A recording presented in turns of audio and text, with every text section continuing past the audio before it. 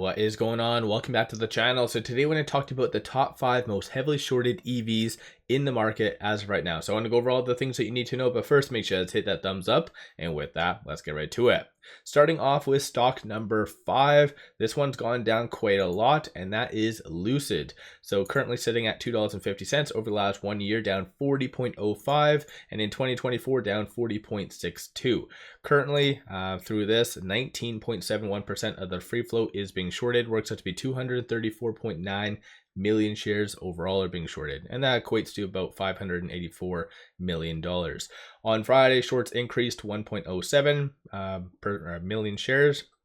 Cost to borrow average 2.81, and then you do see some signs of manipulation because cost to borrow minimum is negative 0.07. It's not all that high, but essentially that does show that there is a broker out there physically paying people to short Lucid. So kind of interesting stuff.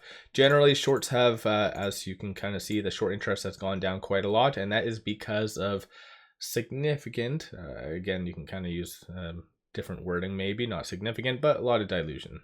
So of course, a lot of this is just ratios. So by dilution occurring, in theory, this does go down, but through IBKR does indicate around 7.8 million shares overall is being shorted. Moving on to stock number 4, Workhorse did go at 3.44% on Friday over the last 1 year, down 89.99%, and in 2024 down 88.69. But 27.05% of the free floats being shorted, works out to be 5.67 million. They only increased around 1,000 shares on Friday, so a drop in the bucket. Cost to borrow average is 20.74. Utilization is 84.33, and then short score, so the higher the number, the higher the likelihood of a squeeze happening, is sitting at 82.88%. And through IBKR does indicate around 3,000 shares is available to be shorted, so very limited supply, and that's been kind of the case for a very long time with Workhorse.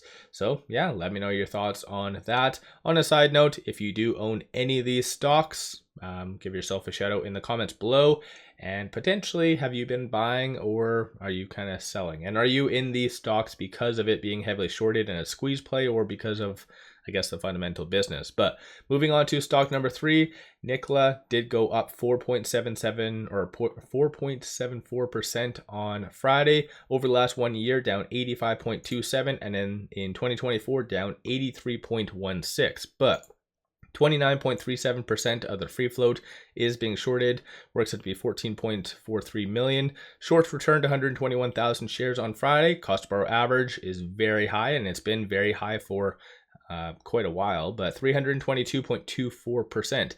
On a side note, that is a annual rate. They're not getting charged that every single day, so just be aware of that. But short score very high, 94.14, and then through IBKR does indicate around 35,000 shares is available. So this one's kind of gone back and forth.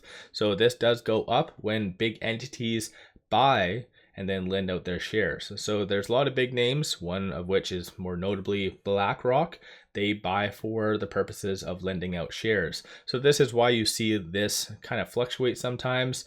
But obviously by entities buying for the purposes of lending it out, it still does cause the stock price in theory to go up, the corresponding, because you have entities buying, but still something to keep in mind. And then moving on to stock number 2, Faraday. They had news come out on Tuesday, caused it to go up 8% over the last 1 year, down 98.29, and in 2024 down 92.2%. Based on this, 35.61% of the free float is being shorted, works out to be 3.96 million shares. On Friday, shorts did return around 89,000 shares. Cost to borrow average 36.14, then utilization is 83.11. This is a good example that there could be some dilution occurring behind the scenes, just we haven't been notified through SEC documents and filings, whereas with Lucid, obviously we were able to kind of calculate that and everything regarding that. But aside from that, through IBKR, does indicate around 250,000 shares is available. So this is once again a good example of it going up. So entities are buying, and then again for the purposes of lending out shares. So yeah, it's kind of a good thing, bad thing. Some people like it, some people don't. You guys do your own due diligence at the end of the day. But moving on to stock number 1, that is MULN. Did go up 6.06% on Friday. Over the last 1 year, down 99.89%.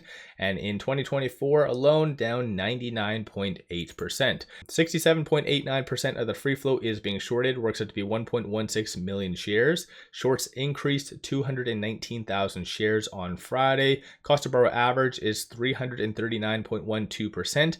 Very high stuff. Even the minimum is 328, max being 383. So very high stuff.